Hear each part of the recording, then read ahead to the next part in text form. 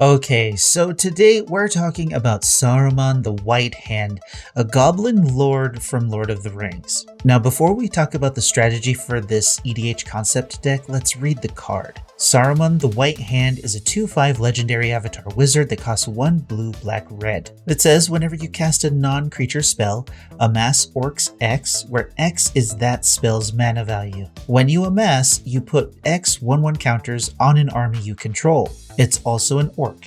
If you don't control an army, you create a 0/0 black orc army creature token first, and then you just put those counters on it. His final ability says goblins and orcs you control have Ward 2. But so here's the interesting thing. Giving goblins and orcs Ward 2 doesn't sound like that big of a deal, especially when dealing with goblins. Players usually rely on board wipes to take out all of them, usually because they're going wide. Or individual goblins don't really matter enough to warrant a single target removal spell. On the flip side, Saruman doesn't really want to cast creature spells, and instead wants to cast non-creature spells to make a huge orc that gets that Ward 2 for protection as it swings at your opponents. So the question becomes, what do we do?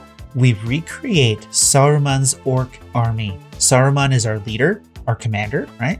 And we're going to fill our creature slots with generals and lieutenants that do our bidding and wipe out our opponents. We'll also gear them up with equipment spells to make them as effective in battle as we can, and using those equipments to trigger the non-creature spell thing that will make our orc army massive. And strap in, because this deck is going to be a lot of fun.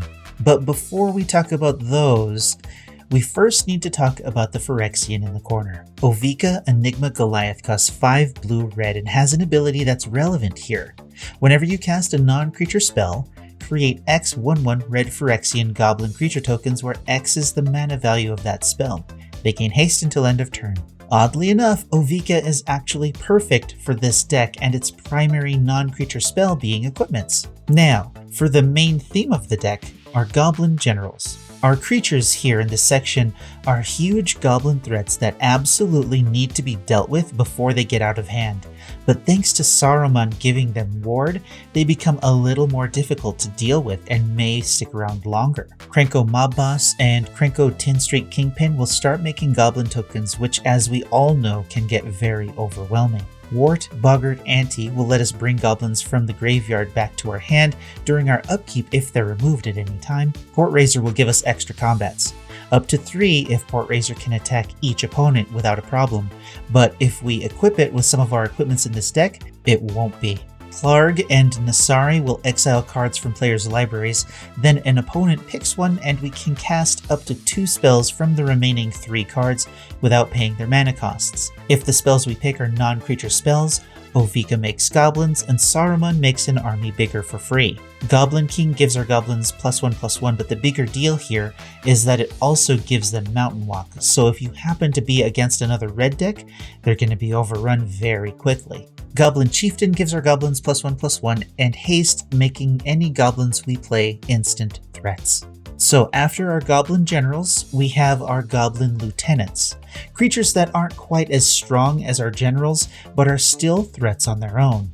Goblin Welder can swap out our weakest artifact for one that might be in the graveyard or vice versa for our opponents. Gorbag of Minas Morgul is an orc that says whenever a goblin or orc you control deals combat damage to a player, you may sack it. When you do, you choose one. Draw a card or create a treasure. Ideally, you'll be sacrificing goblin tokens here, but you can sack the orc army if you're desperate for a card or a treasure. Gut, True Soul Zealot, will let you sack an artifact or creature when you attack and create a 4/1 black skeleton with menace that's tapped and attacking. Again, you can trade in a weaker goblin token for a slightly stronger skeleton for damage. A Gutter Snipe is an option I'm including for whatever instant and sorcery spells we'll be including in this deck. The options for this category are very wide, so I didn't include many, but we'll talk about a few when we get there. Maher Urikhai Captain is a 2/2 legendary orc soldier with menace that says if one or more 1/1 counters would be put on an army, goblin, or orc you control, that many +1 counters are put on it instead. This just makes our non-creature spells more effective for the army that we'll be creating with Saruman. We don't have very many 1/1 counter cards in this deck. Shagra Loot Bearer is a 4/4 orc that says whenever it attacks, attach up to 1 target equipment to it. Then amass Orcs X, where X is the number of equipment attached to Shagrat. This is pretty fun, and depending on how expensive our equipments are to equip, it could be a great option as an attacker. But when it has several equipments on it, our orc army gets even bigger during combat. Ugluk of the White Hand is a 3/3 legendary orc soldier that says whenever another creature you control dies, put a 1/1 counter on it. If that creature was a goblin or orc, put 2 1/1 counters on Ugluk instead. Now, your goblins are going to die, and when they do, this thing is going to become absolutely massive. After our lieutenants, we have our Goblin Lords, which will all give our goblins +1/+1 as long as they're on the field. Goblin Trashmaster, which will also let you sack a goblin to destroy a target artifact. Hobgoblin Bandit Lord has an interesting activated ability. You can pay a red and tap it to deal damage equal to the number of goblins that ETB'd under your control this turn to any target. This ability is only going to be good if one of the Krankos are on the field, but it'll still buff the goblins that are there. Mad Ante can be tapped to regenerate another target goblin, giving protective redundancy to Saruman when protecting our goblin generals. Rundvelt Hordemaster buffs our goblins and says whenever it or another goblin you control dies, exile the top card of your library. If it's a goblin creature card, you may cast that card until the end of your next turn. Now, this one is iffy, depending on your ratio of goblin cards to non-creature spells. But now that I'm thinking about it, this one might be one I replace with a different tribal staple like Metallic Mimic. Now we have a few cards that buff our orcs and goblins in different ways. Bloodmark Mentor will give our red creatures first strike. Goblin Warchief will make goblins cost 1 less to cast and give them all haste. Orcish Siege Master is interesting in this deck. Pretend you have a 6/6 orc army by the time you decide to put this down. Siege Master is a 0/5 with trample that gives other orcs and goblins you control trample. So now that 6/6 army has trample. Then it says whenever Orcish Siege Master attacks, it gets +X/+0 until the end of turn, where X is the greatest power among creatures you control, making our guy here a 6/5 orc with trample. The fact that this scales with our orc army is pretty good, especially with the Ward 2 from Saruman. Next, we have a few utility goblins that help Saruman directly. Goblin Electromancer says instant and sorcery spells you cast cost 1 less to cast. Goblin Flectomancer says you can sack it to change the targets of target instant or sorcery spell.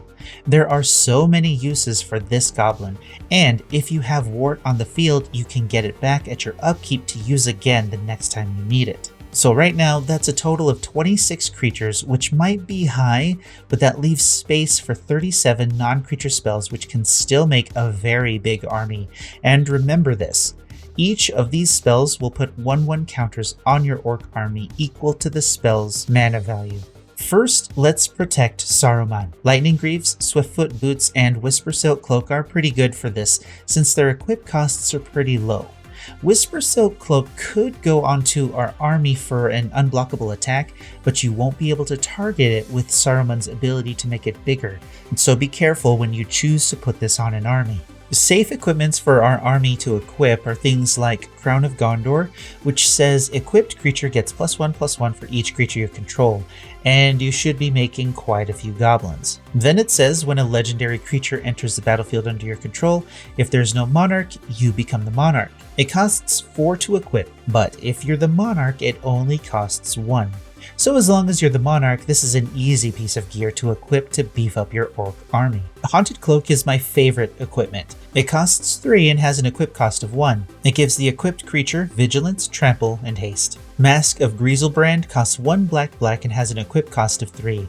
It gives the equipped creature flying and lifelink, and when it dies, you may pay X life where X is its power, and if you do, you draw X cards. When your orc army eventually dies, you can draw a pretty stupid number of cards in exchange for the life it hopefully was able to get for you when it attacked. So now that we're talking about drawing cards, since we're in blue, let's draw some cards. By dint of Thassa and Reconnaissance Mission, we'll draw cards when a creature you control deals combat damage to a player. Mask of Riddles is an equipment for blue-black with an equip cost of 2. It will give the equipped creature Fear, which means it can't be blocked except by artifact creatures and or black creatures. Then, whenever it deals combat damage to a player, you draw a card. Dark Prophecy says whenever a creature you control dies, you draw a card and lose a life. This one could be dangerous if you're low on life with a lot of goblins, but hey, life is a resource.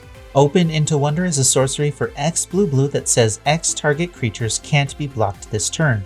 Until end of turn, those creatures gain whenever this creature deals combat damage to a player, draw a card. So, if you pay 5 blue to make 5 creatures, including your Orc army, unblockable, you'll be drawing 5 cards when they deal damage. But in this case, our spell has a mana value of 7, so you'll get to put 7 1/1 counters on your Orc army right before it attacks, which is a pretty sweet deal, I think. Kindred Discovery is an enchantment that says, as it ETBs, choose a creature type. In our case, goblins. Whenever a creature you control of the chosen type ETBs or attacks, draw a card. Now, have you ever played a mono-red goblin deck? The fact that we get to name goblins for this card in blue is absolutely amazing and hints at the explosive potential that this deck should have. Once we have a giant army and a swarm of goblins, let's throw in some evasion to help them finish the match. Hot Soup will make a single creature unblockable, but if it's dealt damage, it gets destroyed. Trailblazer's Boots will give a creature non-basic land walk. Prowler's Helm will only allow walls to block a creature. Slip Through Space will make a creature unblockable and let you draw a card. Cosmotronic Wave and Hazardous Blast will deal 1 damage to each creature your opponents control and make them all unable to block this turn. And then there's Levitation, which will give all of your goblins flying. Now, besides our most useful cards that we've covered, I have a few that don't fit a particular category, but are still good in our deck. Blade of Shared Souls and Helm of the Host will copy our lords and more powerful generals to multiply their effectiveness. Imagine putting the Blade of Shared Souls on an Orc army with a bunch of counters, and then copying Krenko Tin Street Kingpin. Then I have the Reaver Cleaver to give our army trample and make a crap ton of treasures to cast more spells and equip more weapons. Wand of Orcish on our army will make that many zombies, as well as gain Death Touch and give our zombies Death Touch too. It's just a really fun equipment that I like to use. I usually include it when I'm making a giant creature. And that's the core of the deck. After this point, as usual, you'll have your choice of ramp, removal, mana base, and protection. And there are a lot of directions you can take this deck also if you decide to ignore the equipments, like removal and counter spells. But then you're just making another Spellslinger deck in Grixis. So let's be a little original, shall we? An option is to use copy spells. You can copy your best creatures and then buff your army at the same time. That could be pretty fun. There are also the instances and sorceries that you can cast that will make more goblin tokens, so you get goblins and make your orc army bigger at the same time. Those could be a really strong option here too. The balance between Goblin Lords and non-creature spells is going to be pretty finicky. So like our previous decks, playtesting and tweaking are going to be very important. But honestly, this deck seems like a lot of fun. You're literally building an orc and goblin army as your commander leads and protects them. It's basically that scene in Lord of the Rings. The one in, I think it's Twin Towers, where the orcs are crawling out of their skin sacks. You know, you're doing that. It's just a really fun flavor win and a potentially devastating goblin tribal deck. I don't really have anything else to say about it, except it looks really, really fun. So let me know what you think in the comments below, and if you like the equipment route that I took this deck, or if you decided to do something different. I'm really curious about your versions for this deck. Now next time, as per the poll that I posted earlier, I'll be giving you my current Rhea Ivor Phyrexian Aristocrats deck list.